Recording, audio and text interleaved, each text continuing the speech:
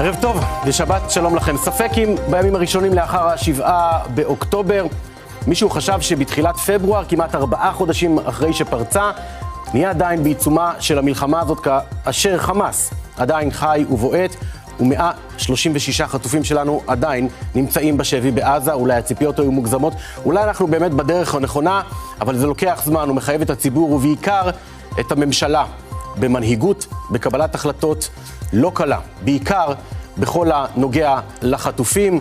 בעסקה המתרקמת, מתקרבת או מתרחקת, נעסוק בהרחבה בערב הזה, וכמובן בשלל הנושאים שעל הפרק עם כתבנו ופרשננו כאן באולפן. ואנחנו מתחילים עם הכותרות שלכם. רועי שרון, פרשננו הצבאי. כן, קודם כל מהזירה הדרומית שעדיין מאותתת שהיא כאן, החות'ים משגרים היום טיל קרקע לכיוון אילת. מערכת חץ, טיל של מערכת חץ מיירט אותו מעל הים האדום בפעם השישית מאז תחילת המלחמה. תודה רועי. סולימאן מסווד, שבת שלום. שלום.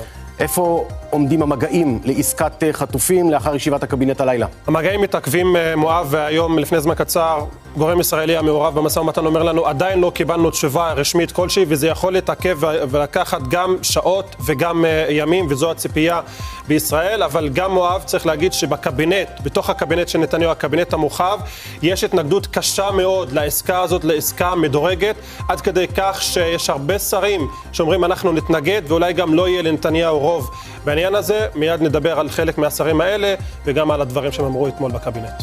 תודה סולימאן. אליאור לוי, תשובת חמאס עוד לא הגיעה, מתי צפויה ומה היא אמורה לכלול?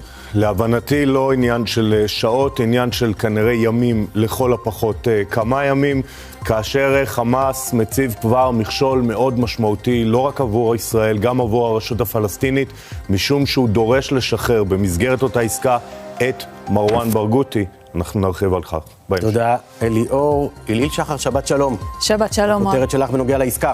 כן, העובדה שחמאס מתמהמה לא רעה לישראל. גורמים ישראלים אומרים לנו, יש עוד עבודה, יש עוד מה לעשות, המשא ומתן הזה ייקח שבועות ממילא, אבל מבחינת ישראל יש עוד עבודה ברפיח, יש עוד עבודה בח'אן יונס, צריך לפתור את בעיית ציר פילדלפי, לכן בסך הכל מרוצים מזה שחמאס מושך את הזמן.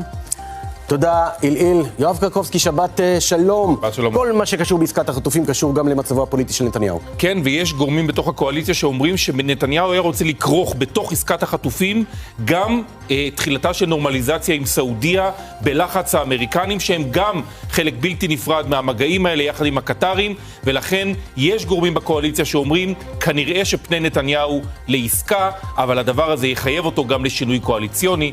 נרחיב בהמשך. תודה יואב. כרמלה מנשה, שבת שלום לך. שבת שלום. הסיוע ההומניטרי, נקודת מחלוקת. מרכיב דרמטי משמעותי ביכולת של האמריקנים להמשיך ולספק חימושים להמשך המערכה, בדגש על האפשרות של הסלמה מול החיזבאללה. הדברים האלה הוצגו לפני הישראלים, לפני נציגי ישראל שהגיעו לפגישות בפנטגון, ונתבקשו פשוט לסיים את העניין הזה של הסיוע הביטחוני. תודה כרמלה. נביא בהמשך כתבה נרחבת על המחאה נגד הכנסת הסיוע ההומניטרי.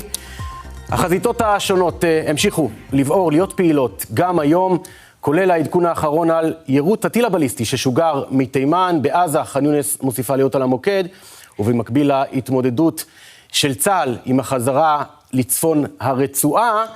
בדמשק חוסל בכיר איראני, ביישובי קו העימות הירי מלבנון לא פוסק. הנה משה שטיינמץ עם סיכום היום ה-119 של המלחמה.